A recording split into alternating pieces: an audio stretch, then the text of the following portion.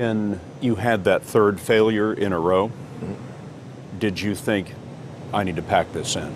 Never. Why not? I don't ever give up. I mean, I'd have to be dead or completely incapacitated. You know, there are American heroes who don't like this idea.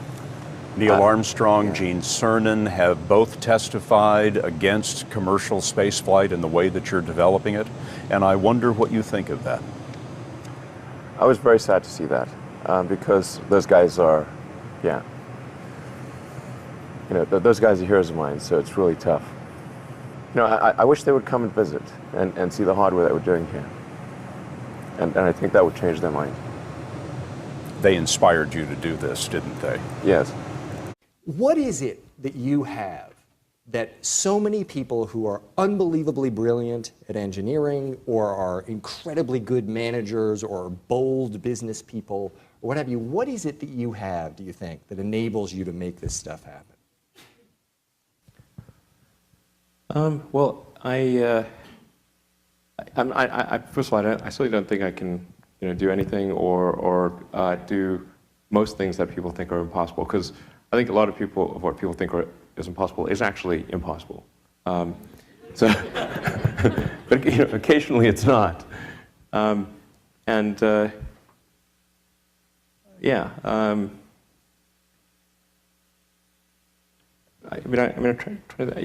guess it's. I think I've said this before. I think it's helpful to have kind of a physics framework for looking at things. Do a first principles analysis, look for negative feedback, and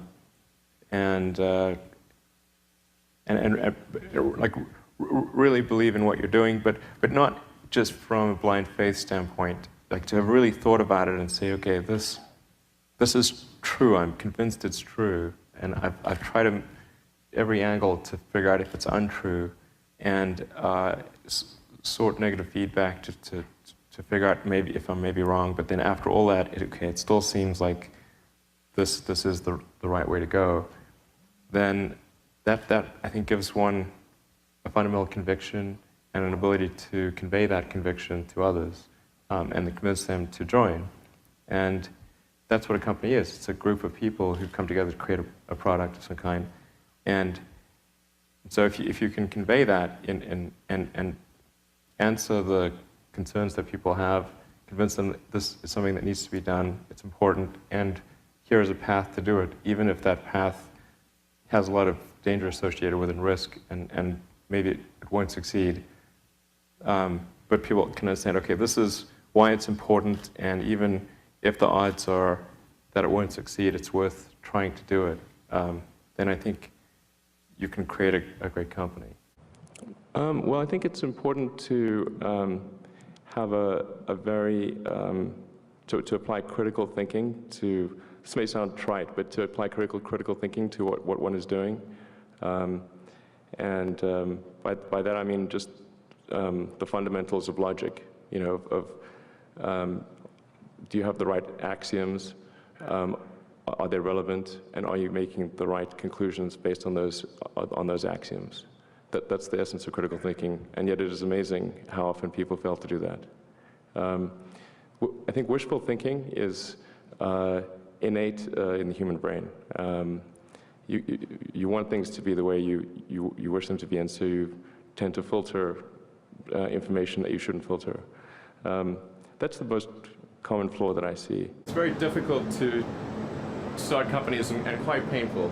I think that's important to bear in mind. I don't know if that's probably not encouraging. Let me put it this way: if you need inspiring words, don't do it. Same question. What did you think? This is something that GM and Toyota and these massive multi-billion-dollar organizations have been trying. What gave you the confidence to kind of pursue it? And now that it seems to be a huge success, where do you think this industry is going to be in the next 5-10 years?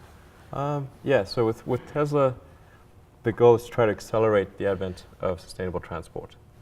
I think it would happen anyway, just out of necessity. Yeah. But because we have an unpriced externality in the cost of gasoline, we weren't pricing in the environmental effects of CO2 in the oceans and atmosphere. That's causing the normal market forces to not function properly. And so the goal of Tesla is to try to act as a catalyst to accelerate those sort of normal forces, the normal sort of market reaction that would occur. We're trying to have a catalytic effect on that. Yeah. And try to make it happen, I don't know, maybe 10 years sooner than it would otherwise occur. Yeah. That's the goal of Tesla. So, question, can there be an Elon Musk in China? And the answer was no. And it was because of, and this is according to Kai-Fu Lee, former head of Google China, who started Microsoft Research in Beijing. And he said it's because of the education system in China. It emphasizes too much rote learning. You are Elon Musk. What do you make of that? I mean, do you agree with that? Well, I actually, I mean, obviously, are a number of very successful entrepreneurs in China. Yeah, Jack Ma, Pony Ma, that's right. Yeah, exactly. So I think I'm not sure I would entirely agree with that. Yeah.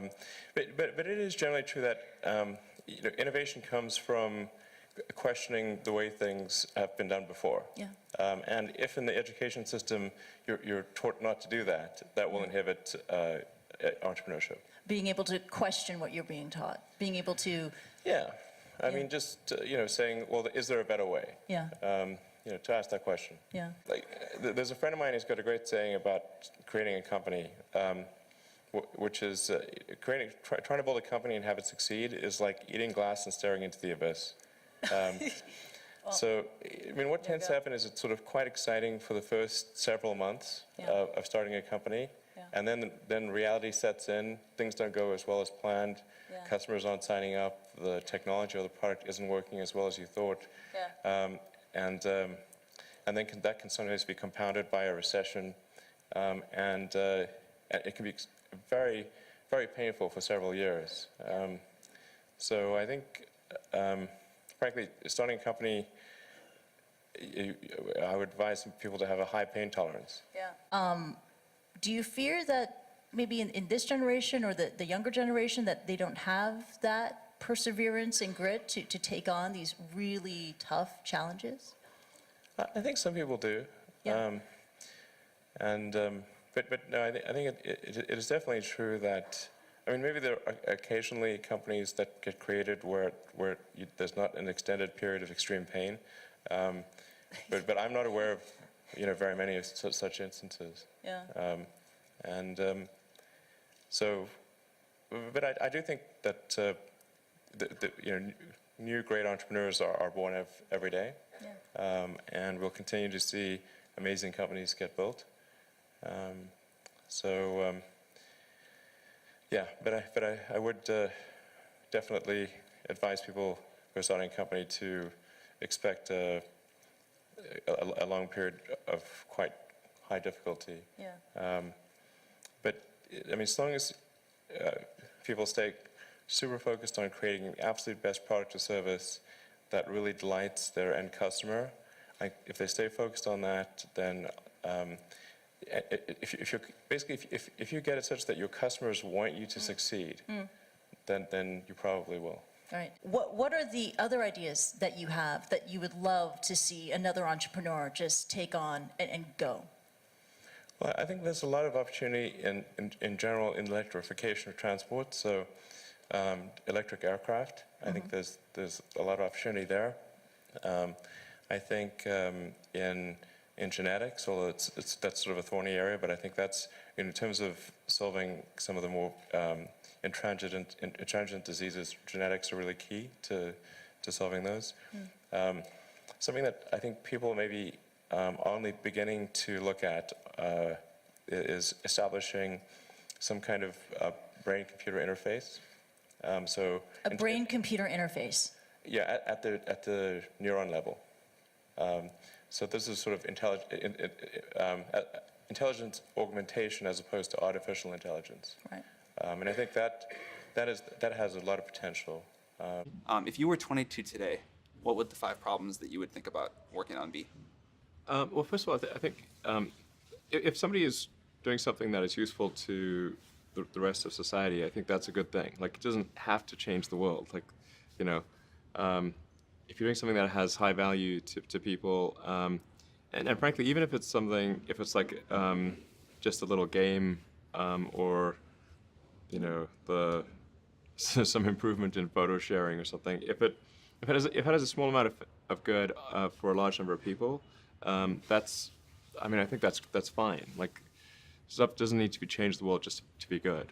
But in terms of things that I think are most likely to affect the future of humanity, I think AI is probably the single biggest item in the near term that's likely to affect humanity. So it's very important that we have the advent of AI in a good way. That is something that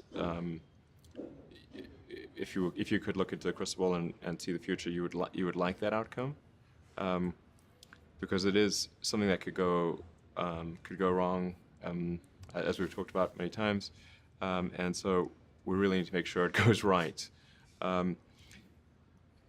That's I think AI, working on AI and making sure it's a great future. That's the most important thing I think right now, the most pressing item. Then obviously anything to do with genetics. If you can actually solve genetic diseases, if you can prevent dementia or Alzheimer's or something like that, with genetic reprogramming, that would be wonderful. So I think this genetics, it might be the sort of second most important item. I think having a high bandwidth interface to the brain, like we're currently bandwidth limited. We have a digital tertiary self in the form of our email capabilities, like computers, phones, applications. We're effectively superhuman, but we're extremely bandwidth constrained in that interface between the cortex and your sort of that tertiary digital form of yourself. And helping solve that bandwidth constraint would be, I think, very important for the future as well. Where does that come from, or how do you think about making a decision when everyone tells you this is a crazy idea? Or where do you get the internal strength to do that? Well, first of all, I'd say I actually think I feel fear quite strongly.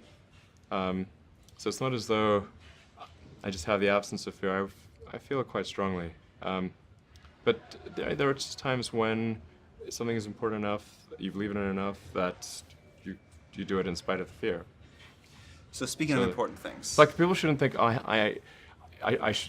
shouldn't think, well, I feel fear about this and therefore I shouldn't do it. It's normal to feel fear. Like, there'd have to be something mentally wrong if you didn't feel fear. But other than that, it's really and what do you SpaceX do when and you're Tesla. at SpaceX or Tesla? Like, what does your time look like there? Yeah, so that's a good question. I think a lot of people think I must spend a lot of time with media or on businessy things, but actually almost all my time, like 80% of it, is spent on engineering and design. So it's developing next generation product. That's 80% of it.